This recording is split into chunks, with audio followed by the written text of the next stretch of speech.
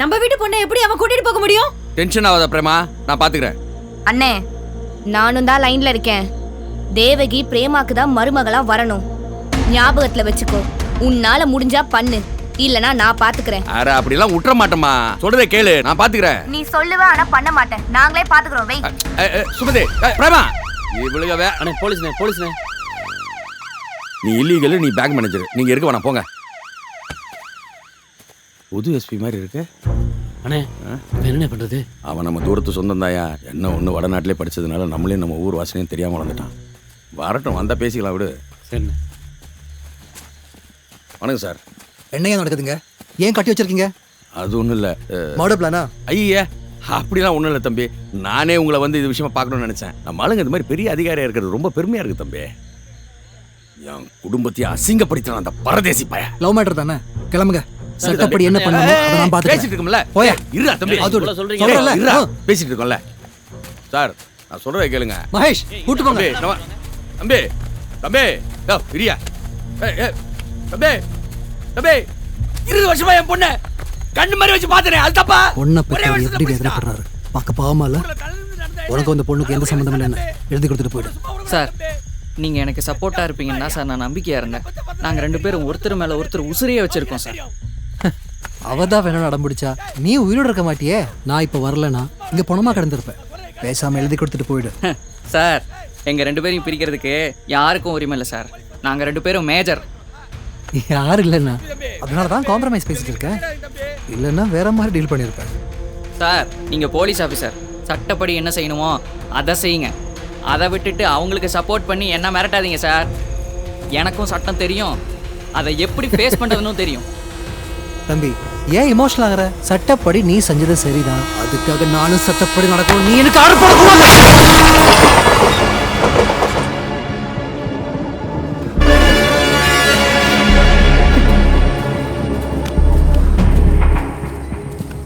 இது உங்க புள்ள தானே? உன் புள்ள ஏன் தற்கொலை பண்ணான்னு தெரியுமா? உன் புள்ள மேல ஒரு பொண்ணு கம்ப்ளைண்ட் கொடுத்துருக்கான். போலீஸ்க்கு பயந்து ட்ரெயினில் விழுந்துட்டான்.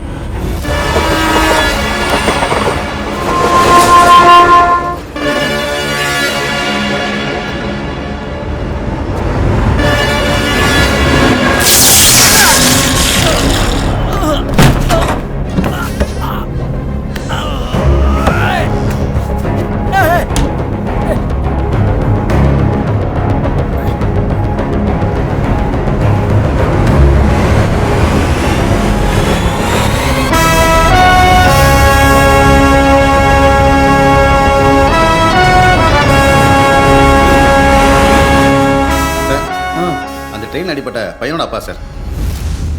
வணக்கம் சார். ஓ, நீ தான் அந்த பையனோட அப்பாவா? ஆமாம் சார். பேர் என்ன? தாஸ். சொந்த ஊர்? கோயம்புத்தூர் சார். கோயம்புத்தூர்காரனுக்கு திண்டிவனத்தில் என்ன வேலை? என் பையன் படிப்புக்காக வந்தான் சார். பார்த்தா கேடி மாதிரி இருக்க. அப்புறம் பையன் எப்படி இருப்பான்? என்ன வேலை செய்கிற? எலக்ட்ரிஷியன். சரி, என்ன விஷயம் என்ன பார்க்க வந்த?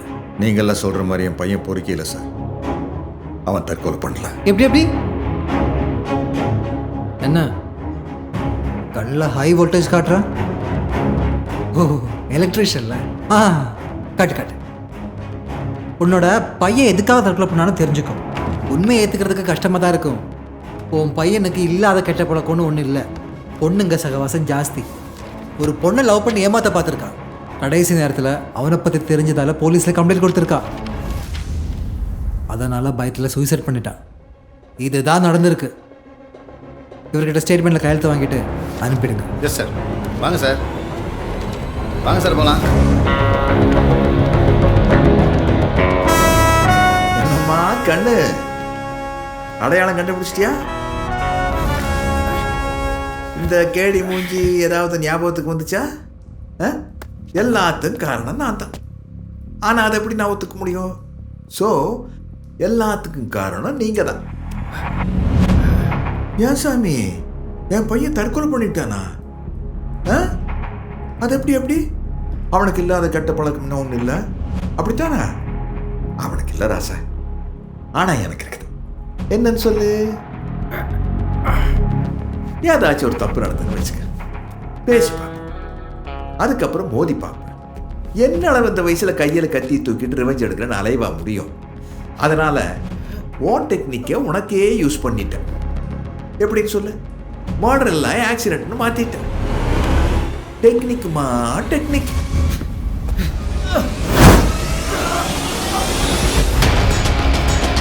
ஹாய் டியூட், இவரு நம்ம பட்டி தான். கண்ணில் ஹை வோல்டேஜ் தெரியுதுன்னு அன்னைக்கு ஸ்டேஷனில் சொன்னீங்கல்ல, அப்போவே உன்னை பொசுக்க இருக்க முடியும். அப்படி செஞ்சுருந்தா என்ன ஆயிருக்கும்? ஆயுசுக்கு என்னை தூக்கி ஜெயிலில் போட்டிருப்பீங்க. அப்புறம் கொலைக்கு காரணமான மற்றவங்கள தெய்வமாக நின்று கொள்ள மயிறு நாங்கள் தான் கொள்ளணும். ஆனால் இப்படி உச்சா துஷ்பூர் இடத்துல சுருக் அப்படின்னு ஷாக் அடிச்சிருக்கோம்ல.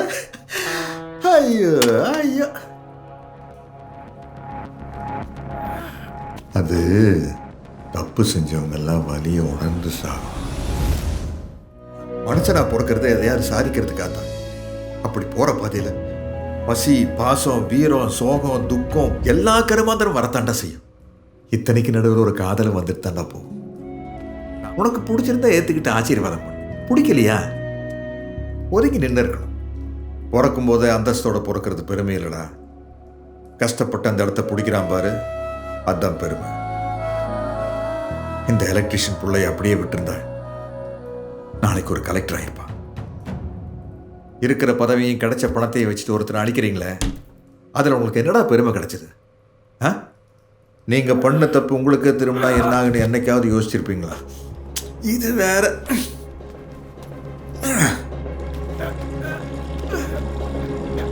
இந்த தப்பு பண்ண உங்களுக்கு தண்டனை கொடுக்கறது இருக்கு பாரு, செம இன்ட்ரெஸ்டிங்காகவும் த்ரில்லிங்காகவும் இருக்குதுப்பா. இதெல்லாம் உனக்கு எங்க தெரிய போகுது? நீ தான் தப்பு பண்ண உங்களுக்கு தண்டனை வாங்கி கொடுக்கறது இல்லையே. நான் ஒரு லூஸு, சாக போறவங்கிட்ட போய் சங்கதி பேசி நாட்டையா திருத்த போறேன். ஜனங்க என்ன நடந்ததுன்னு தெரியாம என்ன தீர்க்கதரிசியா நினைச்சுக்கிட்டு இருக்காங்க. அதை அப்படியே கண்டினியூ பண்ண போறதில்ல. ஆனால் உங்களை மாதிரி ஆளுங்க யாராவது திமிரில் ஆடினா அதை அடக்கிறதுக்காக எங்கிருந்தாவது இன்னொரு தீர்க்கதரிசி கண்டிப்பா வருவான்டா. கண்டிப்பா வருவான்.